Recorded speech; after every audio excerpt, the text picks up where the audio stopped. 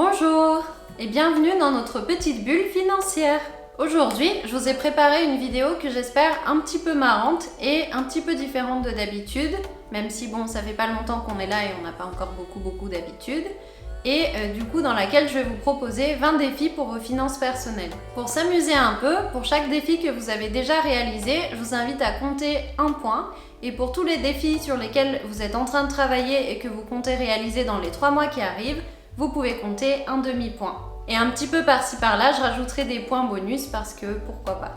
Je vais vous présenter les défis à peu près par ordre de difficulté, mais comme pour certaines actions, le niveau de difficulté dépend un peu de votre point de départ. L'ordre ne va pas forcément complètement vous correspondre. L'important, c'est juste de vous donner un panel d'idées et de choses que vous pouvez faire pour améliorer la gestion de vos finances. Pensez à prendre un stylo et à noter les points que vous avez aujourd'hui pour pouvoir revenir plus tard et voir à quel point vous avez progressé. Progresser, c'est l'essentiel. Je me fais trop rire. N'hésitez pas à me partager vos résultats et les prochaines actions sur lesquelles vous comptez travailler dans les commentaires. Je serai ravie de voir où vous en êtes et ça m'aidera aussi à préparer les vidéos suivantes.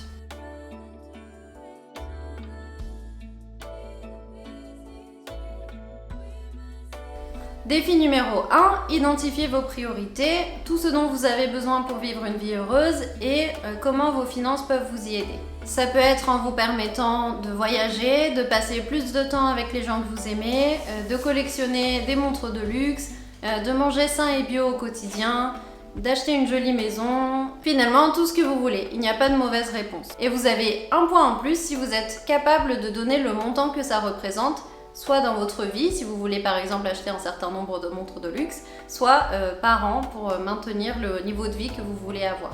Deuxième défi, obtenir votre tout premier revenu, que ce soit grâce à un stage, grâce à un job à temps partiel pendant vos études, grâce à votre premier salaire en tant qu'employé à temps plein, ou grâce à vos premiers services en tant qu'indépendant, peu importe. Félicitations, c'est un tout premier pas vers l'indépendance. Défi 3, avoir un budget cible réaliste ou en tout cas avoir une bonne connaissance de vos revenus et de vos dépenses. Si vous ne savez pas combien vous avez dépensé en Deliveroo le mois dernier, vous n'avez pas le point. Et dans ce cas, je vous invite à soit noter pendant quelques mois les dépenses que vous faites, pour être un peu conscient au fur et à mesure des dépenses que vous faites, soit à regarder vos relevés de compte pour les derniers mois. 4. Couvrir l'intégralité de vos dépenses avec vos revenus, ne serait-ce que pour dégager 1 € par mois à épargner ou à investir. Si vous n'avez pas de budget, vous pouvez en être sûr si vous n'avez pas été à découvert sur les derniers mois ou si vous n'avez pas eu à emprunter un peu d'argent dans l'urgence en attendant votre salaire. Bravo!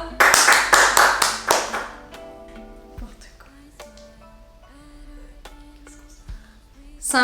Épargnez l'équivalent d'un mois de dépenses. Et c'est encore mieux si cette épargne, vous l'isolez de votre compte courant principal. Vous pouvez passer par exemple par un livret A. En plus, vous avez un mini taux d'intérêt. 6. Avoir un patrimoine positif. C'est-à-dire que la somme de la valeur de vos actifs, financiers par exemple, ou immobiliers ou autres, excède la somme de la valeur de vos passifs. Donc ça peut être vos emprunts, vos découvertes, globalement vos dettes. Si vous avez 10 € dans un compte en banque et aucune dette à côté, le point est gagné, c'est cadeau. Dernier défi du niveau 1, ouvrir un PEA et ou une assurance vie pour prendre date dès aujourd'hui et profiter des avantages fiscaux au bout de 5 ans pour le PEA et 8 ans pour l'assurance vie. Je vous renvoie vers une autre vidéo sur les différentes enveloppes que vous pouvez utiliser pour investir par là ou par là.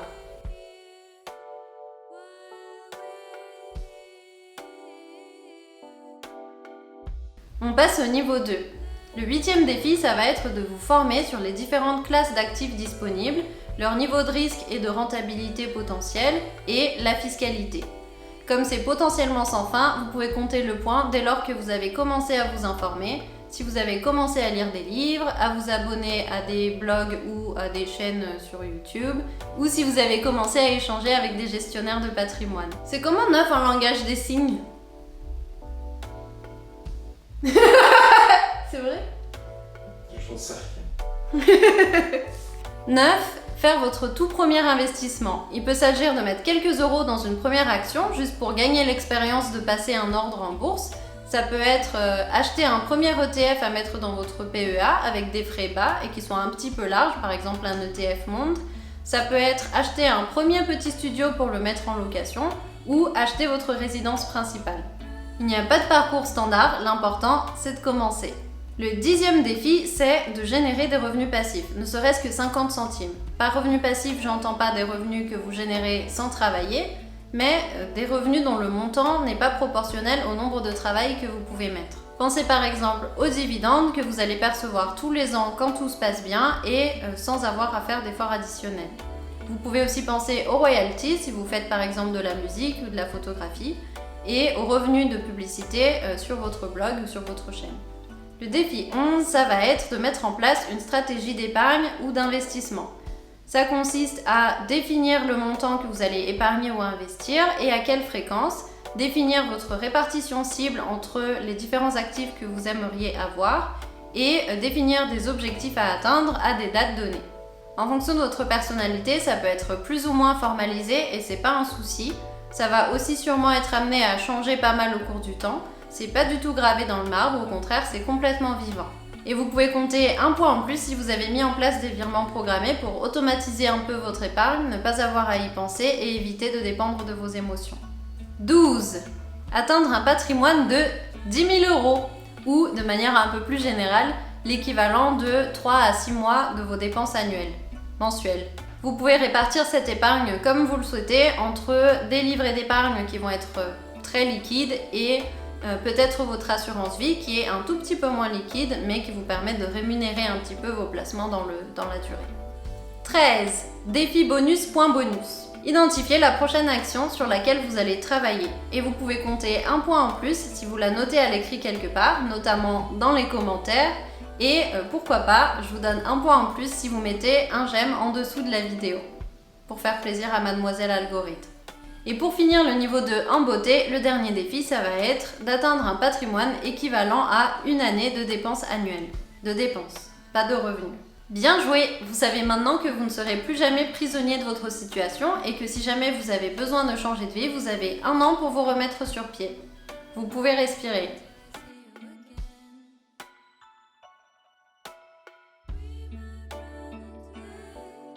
On passe maintenant au niveau 3 pour les boss et pour atteindre la liberté financière.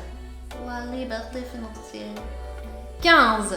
Atteindre un patrimoine de 100 000 € ou, en fonction de votre mode de vie, atteindre l'équivalent de 4 à 5 fois vos dépenses annuelles. Vous savez maintenant que rien ne vous retient et mort. Vous savez maintenant que rien ne vous retient et que vous avez du temps devant vous si jamais vous voulez vous lancer dans de nouveaux projets ou dans une nouvelle carrière. J'en suis ici et c'est l'objectif sur lequel je vais travailler sur les 2-3 prochaines années. Ok. 16. Ce défi dépend un petit peu de vos convictions et de ce que vous aviez prévu dans le plan que vous aviez préparé dans le défi d'avant. Mais en tout cas, le défi consiste à devenir propriétaire de sa résidence principale et en l'ayant intégralement remboursé. En l'ayant intégralement remboursé. Ça retire une bonne source de dépenses de votre vie et ce, définitivement. En plus, vous pouvez commencer petit et revendre et acheter plus grand progressivement et en cours de route, profiter du fait que vous n'êtes pas imposé sur la plus-value pour votre résidence principale. 17. Générer l'équivalent de vos dépenses annuelles absolument nécessaires à votre survie avec vos revenus passifs. Donc on parle globalement de votre loyer si vous n'êtes pas propriétaire de votre résidence principale et de votre nourriture pour rester en vie. Qu'est-ce que ça veut dire? Que vous pourrez continuer à survivre indéfiniment si vous devez arrêter de travailler, que ce soit par choix ou par contrainte. C'est pas mal d'essayer d'atteindre cette étape avant la retraite pour ne pas avoir à trop dépendre des aides de l'État une fois que vous arrêterez de travailler. 18. On se rapproche de la fin. Le défi, ce serait d'atteindre un patrimoine de 1 million d'euros. Je dis 1 million d'euros parce que c'est un montant rond et que symboliquement, ça doit être rigolo de pouvoir dire « Ah, je suis millionnaire ». Mais de manière générale, l'idée c'est d'avoir un patrimoine tel que vous pouvez retirer de quoi vivre confortablement tous les ans sans risquer d'épuiser votre patrimoine dans la durée. Vous pouvez faire des recherches sur la règle des 4%, mais elle indique globalement qu'avec 25 fois vos dépenses annuelles investies, vous allez pouvoir retirer 4% tous les ans sans risquer d'épuiser votre patrimoine. 19 points bonus. Et c'est cadeau si vous avez regardé la vidéo jusqu'ici, si proche de la fin et juste avant le défi final. Ça démontre votre formidable niveau d'implication et ça me fait trop plaisir. Et le dernier défi, le 20e, ça va être d'être tellement tranquille financièrement et d'être tellement un boss que le niveau des prix ne va plus être une barrière dans vos décisions lorsque vous voudrez faire quelque chose qui vous rend heureux. Tant que la qualité est là, bien sûr. Vous pouvez aussi avoir le point si c'est parce que il vous en faut très peu pour être heureux. Encore une fois, merci beaucoup d'avoir regardé cette vidéo aujourd'hui. N'hésitez pas à partager vos résultats et vos prochaines actions dans les commentaires. Non, je l'ai déjà dit ça plein de fois. Et n'hésitez pas à revenir de temps en temps pour bavarder avec moi. On n'est pas très nombreux, donc on a le temps. Bye bye! Bon week-end!